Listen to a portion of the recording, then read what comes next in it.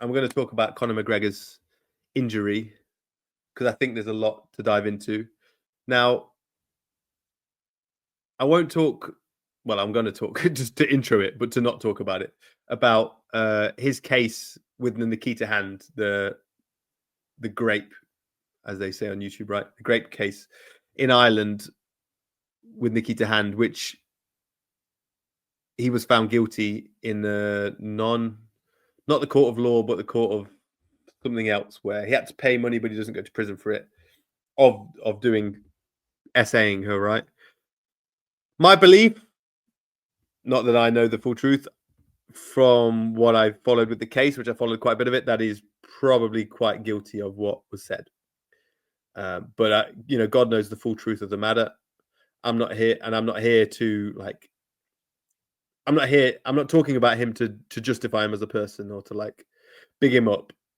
I think he's definitely a very troubled person, but he does put himself out there a lot, and he is a very unique character in our zeitgeist, right? In our societal celebrity zeitgeist, sports zeitgeist. He's a very interesting, unique character to observe and witness. I watched this come up, right? I followed UFC from before he was in it, and then in it, was it Brandau, his first fight, through... Who was the German old boy? I saw that was when I was really locked in then. But anyway, I watched this whole rise and the fall, the fights with Poirier, to come back with Max, to watch this, see how he's talking again. He's an interesting person. He's like an exaggerated human. The way he acts, the way he speaks, we get to witness something so when we see him put himself out there on a platform and talk the way he talks and act the way he does, and then you get to see MMA, which is what all sports almost is at its core. It's like, cut the shit, who's the hardest? That's what all sport is really. Who's the hardest? Okay, we'll create some rules, we'll kick a ball around, but really, who's the hardest? That's especially, you see Argentina, that's what they're trying to prove, but unfortunately it doesn't work with that sport. But with MMA, that's ultimately what it is. It's the gladiators in the arena, right? So when we see him and he's so brash with how he speaks, we get to observe very clearly, when you witness when you have a bit of a step back, wider dimension perspective, God's laws as I see them, there are spiritual laws in the world, and you can look at something as commonly talked about as karma, right? You act a certain way, you get a certain way back. When you live life and you start to be observant in your own actions and people around you, and you look at people like Conor and you see how things play out, you can start to recognize there's some spiritual laws, right? Like this gravity, you do this, that's a physical law. There are other laws that are play that have effects on other of our interactions, on what opportunities might appear in our lives, on what challenges we get faced with. There are spiritual, I believe these are spiritual laws. So when you see someone like Conor and you see how he talks and acts, and then you see his personal law of attraction, and law of attraction is a common phrase mostly used with people to promote the book, the Secret. Not, this isn't that secret book, that was, Connor's talked about that years ago. He read The Secret and he learned about manifestation, right? Which is about law of attraction. Think about something and you attract it. Not how it works. Not how I believe it works. It's not just thinking about something. Thoughts is not anywhere near as powerful as feelings, right? That's the magnet that pulls or pushes something away. You can have the thought, and then the belief system behind it is going to push and pull. His law of attraction was very severe. Let's put it that way. Law of attraction, as I mentioned, isn't always... It's positive. It can be positive laws of attraction, or in God's mind, they're always positive because they're always trying to help you grow. So even though it might appear as a negative law of attraction, I believe in the spiritual realm, that it's a positive one, because it's helping you to see something that you're ignoring. And the more you ignore what these things you're attracting are helping you see, the bigger the lesson, the bigger the message is, the bigger the billboard that your life will attract. So you might get a cold regularly and you're not eating well, right? So then you change how you eat and you don't get the cold. Or you continue to eat well, or you get worse, or you start smoking and drinking, and then you get cancer because you attract something big, saying you're being unloving right now, and you're going to continue to do that. And of course, there's an obvious physical reaction to those things, but that's also a spiritual attraction of your feelings. You're avoiding feelings. You're putting your grief, so you smoke a cigarette. So you're really sad, but this helps you avoid that, because when you don't have it, you get angry because your addiction's not getting met, right? And your anger is to cover up the sadness of what you really feel. So when you witness Conor, there's what happened to him. For those that don't know, he fought his first return fight against Max Holloway in 5 years. Talked a big game, fighting up a weight class, bringing Max up a weight class. If he wins this fight, could be fighting for a belt for the third title in that weight class. After 5 years off, after a gruesome injury, he broke his left shin bone, snapped in his ankle 5 years ago. First fight back. And he's 38 years old now, 39 years old. I think he just turned 38. You never see comebacks like this, like the way he was talking. Someone out for 5 years, talks such a big game after such a gruesome injury in their late 30s, which is past their prime. You can't help but tune in and go, is he going to do it? Is he going to do it? What happens? Within the first 10 seconds, the first kick that he throws, he blows his knee out. His knee collapses under him. He falls his back, jumps back up, tries to throw the kick again, falls again. Max gets on him, has a rough fight. Referee calls it in 67 seconds, something like 69 seconds, something like that. Can't carry on. Turns out it was his right knee. It was his right ACL and his meniscus. I'm someone who's had a meniscus tear before. He's had that same injury himself in his left leg the first time he fought Max, which is an interesting law of attraction to witness again, right? The first fight with Max, it happened to his left knee. Fights him again 13 years later, I think. Happens to his right knee. Now, before I go into Conor, I like to, not to make it about me, but I don't want to just put someone else on the chopping block without bringing myself to the table and say what I recognize in my life, which makes me sort of see these things and believe these things. I've been struggling since end of October last year with a foot injury, right foot, right? Plantar fasciitis. Shiloh, my baby, who's now 9 months old and doing very well, was born on October 15th.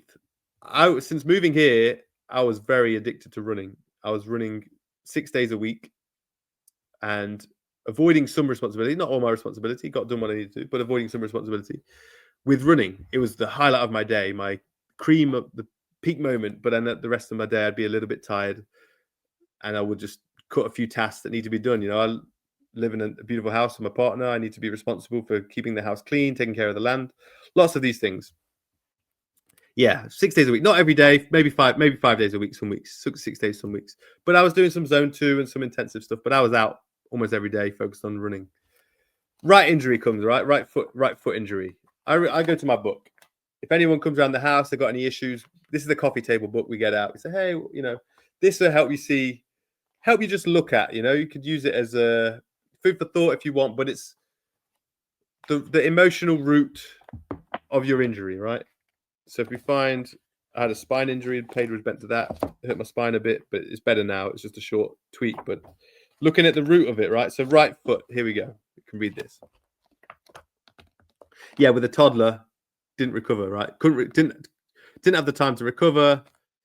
Still trying to run away. Can't run that much. I was running away from responsibility. I had to slow down, and either I could choose to slow down, or these spiritual laws could slow me down for me. And lo and behold, my own arrogance brought me down because I didn't slow down till I attracted an injury to my right foot. Yeah, toddler first, bro. You're absolutely right. Yeah, family first, then take care of things first. Then if you've got time, I'm learning, I'm growing, right? We're all growing up. So right foot, too much obligation, feeling angry, irritated, frustrated, and enraged. Focusing a great deal on material things and what you're going to get out of a situation. Trying to break through something using force rather than standing back and allowing it to happen. Shooting yourself in the foot. Now, I read this and I didn't need to go past that first line. When you read each one, it throws out a couple of things, and there's normally one or two that will stand out. Too much obligation. That's the feeling. Not in a like the wrong way, but that's the feeling. Like I've got obligations. I've got a family to attend to. And now I want my running. I want to have the family, but I want my running too, which isn't the priority. Toddler first, as you said. But the feeling of like obligation to the family was frustrating. So that obligation feeling attracted this shooting myself in the foot to make my priorities. The main thing's got to be the main thing, and it's got to be the family, right? But I'm someone who's been able to live very selfishly my whole life, not had many long-term relationships, not had a child before. So I've got a family, got a child. I've attracted an event to help me grow up because I wasn't growing up. I wasn't being loving to my family. So my God's loving laws have attracted this to me, which I see as a negative thing because I'm injured. But really, in the scheme of things for my family, it's the most loving thing. It helps me. And I tell you what, through that winter, I took care of them. My family was my obligation. Put the main thing. Didn't have a choice about it. And I was somewhat probably happier as well because I wasn't just chasing this addictive feeling of progressing in my running every week. Now I'm very relieved to be like, I'm on the tail side of it. I can still feel it a little bit, but I'm able to run 3 times a week. And that's the happy thing. And I made an agreement with my partner, Simone. I won't run more than 3 times a week. Like that's where we're at. And then I take care of the family, go for walks, take her out and things. But that too much obligation. That's what it felt like. Too much obligation. I want to do this, and this. I want to do all these things, but this law of attraction event. So that was my experience, right?